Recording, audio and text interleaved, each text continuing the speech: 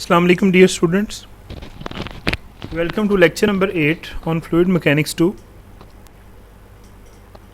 I am your instructor for this course, Rashid Ali, working at Department of Mathematics, Government Postgraduate College, Samundri, Faisalabad. कुछ lectures हमने जब हमारी regular classes हो रही थी तो फ्लूइड मैकेनिक्स के तब हमने कंडक्ट किए थे. हम चैप्टर नंबर 7 जो कि general theory of irrotational motion के ऊपर मुश्तमिल है उसको डिस्कस किया था. वहाँ पे हमने कुछ थ्योरम्स किए थे, कुछ हमने बाकायदा डेफिनेशंस की थी. एक शॉर्ट सा रिव्यू मैं उसका जो है वो आपको दूंगा. उसमें सबसे पहले हमने केल्विन्स थ्योरम किया था on the constancy of circulation, जिसकी स्टेटमेंट ये थी कि for an inviscid incompressible fluid, the circulation around any closed curve moving with the fluid remains constant at all times provided the external forces are conservative. यानी इसकी statement ये थी, basically इसका meaning जो थी वो हमारे पास ये थी कि आपकी सर्कुलेशन जो होती है किसी भी क्लोज्ड कर्व के अराउंड वो कांस्टेंट रहती है अगर हमारी कंडीशन ये है कि एक्सटर्नल फोर्सेस कंजर्वेटिव हों और इनविसिड इनकम्प्रेसिबल फ्लूइड हो हमारे पास. इसके बाद हमने परमानेंस ऑफ इरोटेशनल मोशन का एक थ्योरम किया था जिसका मैसेज ये था, if the external forces are conservative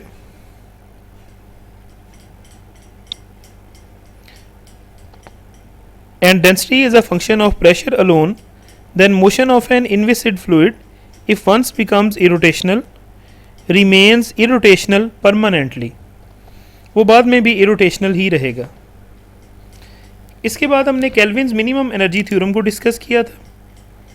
The kinetic energy of irrotational motion of an incompressible fluid occupying a simply connected region is less than the kinetic energy of any other motion of the fluid having the same normal velocity on the boundary. After that, we have discussed some basic definitions such as connectivity, reducible and irreducible circuits, simply and multiply connected regions, reconcilable and irreconcilable circuits, acyclic and cyclic irrotational motions. यहाँ पे हमारे पास ये definition important है acyclic और cyclic irrotational motion की. तो acyclic irrotational motion में हमने देखा था कि ये होती इरोटेशनल मोशन ही है, ताहम इसमें जो वेलोसिटी पोटेंशियल फाई है हमारा वो सिंगल वैल्यूड होता है. इसी तरह से जो साइक्लिक इरोटेशनल मोशन है उसका डिफरेंस इससे ये है कि उसमें हमारा जो वेलोसिटी पोटेंशियल होता है फाई वो मल्टीपल वैल्यूड होता है, यानी उसकी एक से ज़्यादा वैल्यूज़ होती हैं. उसके बाद हमने आगाज़ किया था यूनिकनेस थ्योरम्स का जो कि रिलेटेड हैं ए साइक्लिक इरोटेशनल मोशन के साथ. उसमें सबसे पहला थ्योरम जो 7.4 था उसका मैसेज ये था, acyclic irrotational motion is impossible in a liquid bounded entirely by the fixed rigid boundaries. यानी अगर आपका जो फ्लूइड है अगर उसको कवर किया हुआ है फिक्स्ड रिजिड बाउंड्रीज़ ने तो फिर ऐसी हालत में उसकी acyclic irrotational मोशन नहीं हो सकती.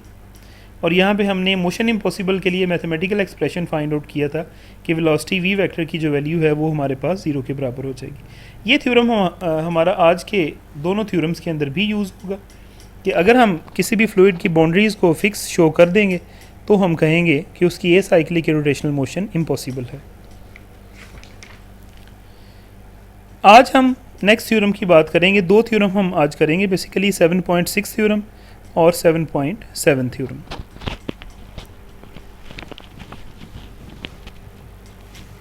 First of all, move to 7.6 theorem.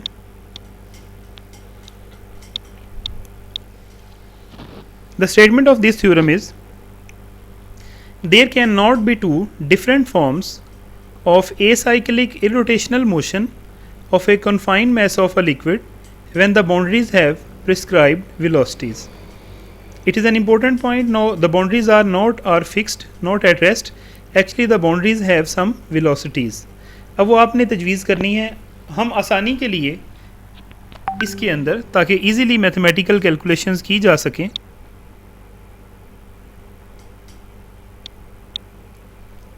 हम एक काम यहाँ पे जो करेंगे वो ये होगा कि बाउंड्रीज़ को जो हमने वेलोसिटीज़ प्रिस्क्राइब करनी है हम वो सेम कंसिडर करेंगे दोनों मोशंस के लिए। और चूंकि हमने यूनिकनेस प्रूव करनी है, लिहाजा आपको पता है कि यूनिकनेस प्रूव करने की टेक्निक हम जो यूज़ किया करते हैं वो ये है कि हम फ़र्ज़ करते हैं कि अगर यूनिक नहीं है तो फिर दो एक तरह की मोशंस होंगी। हम शुरू में दो मोशंस ही लेके चलेंगे और एंड पे हम ये साबित करेंगे कि एक्चुअली जो हमने दो डिफरेंट मोशंस कंसिडर की थी वो डिफरेंट नहीं है बल्कि वो एक ही चीज़ है। अब यहाँ पे मोशन को स्पेसिफाई करेंगे हम वेलोसिटी पोटेंशियल के साथ।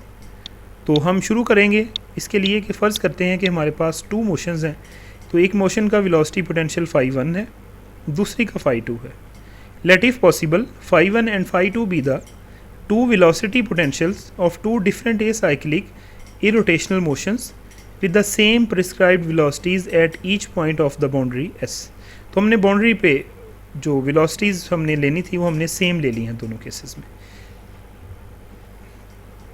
Now for the first motion, you know that the motion acyclic irrotational motion exists only if the velocity potential phi must satisfy the Laplace equation। अब क्योंकि यहाँ पे फर्स्ट जो मोशन है वो भी वकूफ़ पज़ीर हो रही है, सेकेंड मोशन भी हो रही है, तो फिर लाजमी तौर पर φ1 जो कि फ़र्स्ट मोशन का वेलोसिटी पोटेंशियल है और φ2 जो कि सेकेंड मोशन का वेलोसिटी पोटेंशियल है, दोनों को लेप्लास इक्वेशन को सेटिस्फाई करना चाहिए। तो पहली मोशन के लिए डेल स्क्वायर φ1 ज़ीरो होगा और इसी तरीके से partial φ1 over partial n is equal to C होगा। याद रहे कि हमने ये देखा था कि अगर बाउंड्री जो है वो हमारी फिक्स्ड है तो वहाँ पे फिर वेलोसिटी फ्लूइड की कोई नहीं होगी। ऐसे केस में partial phi over partial n zero के बराबर था, लेकिन क्योंकि यहाँ पे हमने बाउंड्रीज़ को कुछ ना कुछ वेलोसिटी असाइन की है इसको लिहाजा यहाँ पे अब partial φ1 over partial n zero नहीं बल्कि होगा, इसको हम c जो है वो कह देंगे, कुछ ना कुछ वैल्यू इसकी होगी eight each point of the boundary. Similarly for the second motion हमारा वेलोसिटी पोटेंशियल जो है वो φ2 है और इसी तरीके से वो भी लेप्लास इक्वेशन को सेटिस्फाई करेगा। So del square φ2 is also equal to zero and similarly इसी तरीके से partial φ2 over partial n is equal to C at each point of the boundary से call it as equation number 4।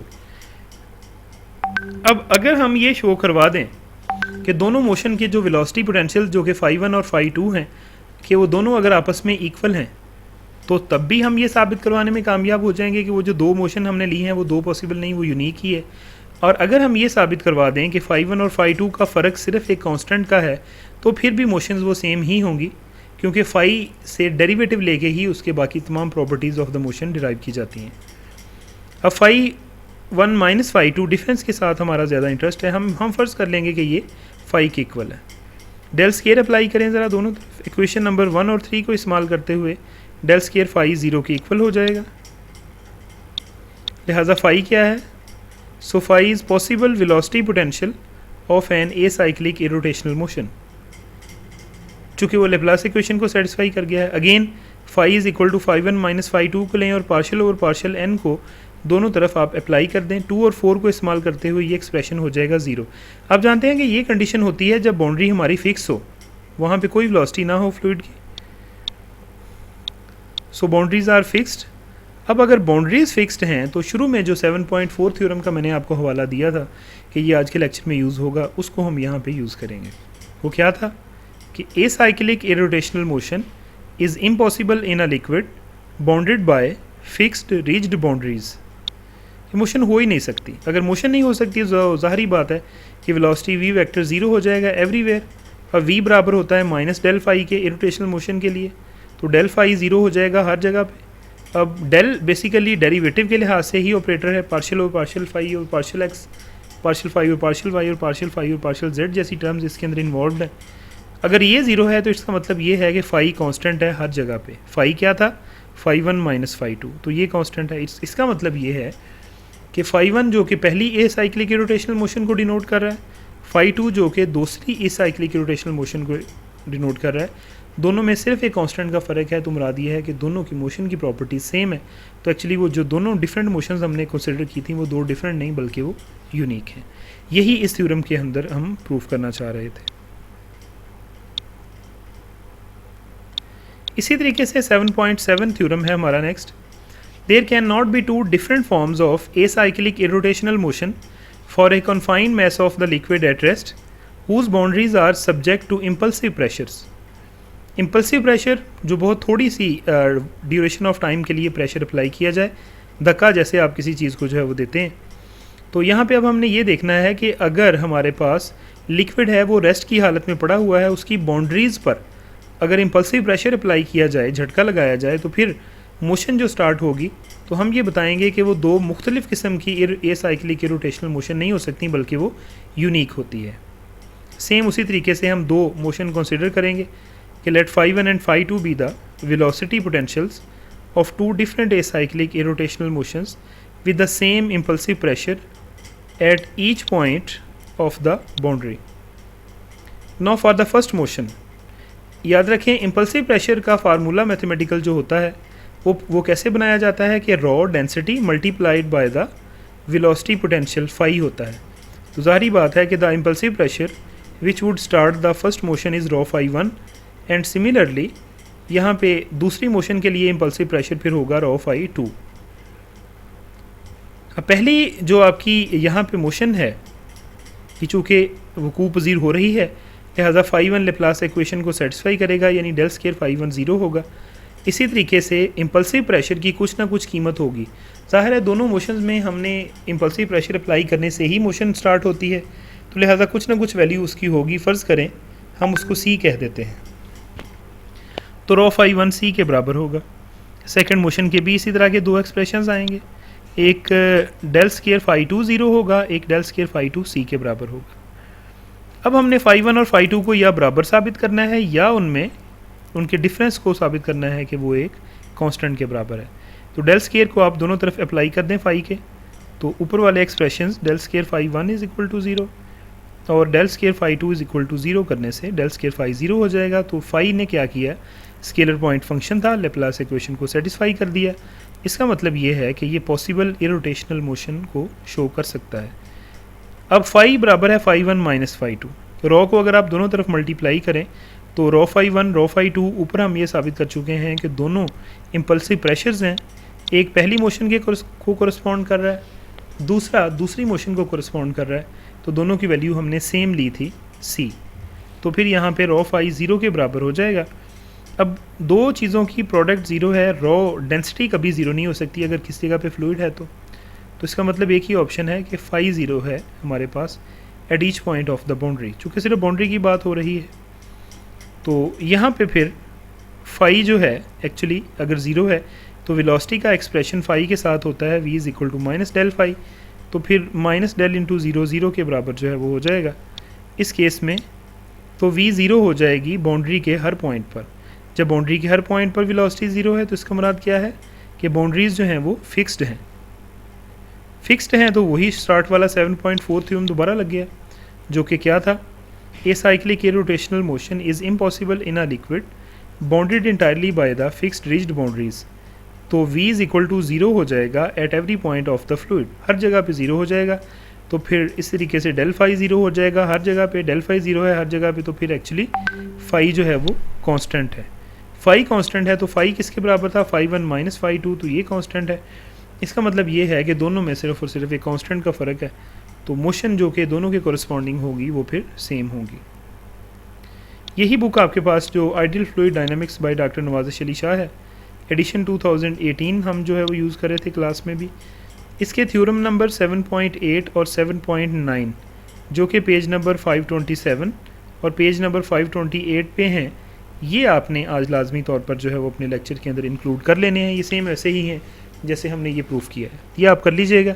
Next lecture में इंशाल्लाह हम chapter number 8 vortex motion को जो है वो स्टार्ट करेंगे।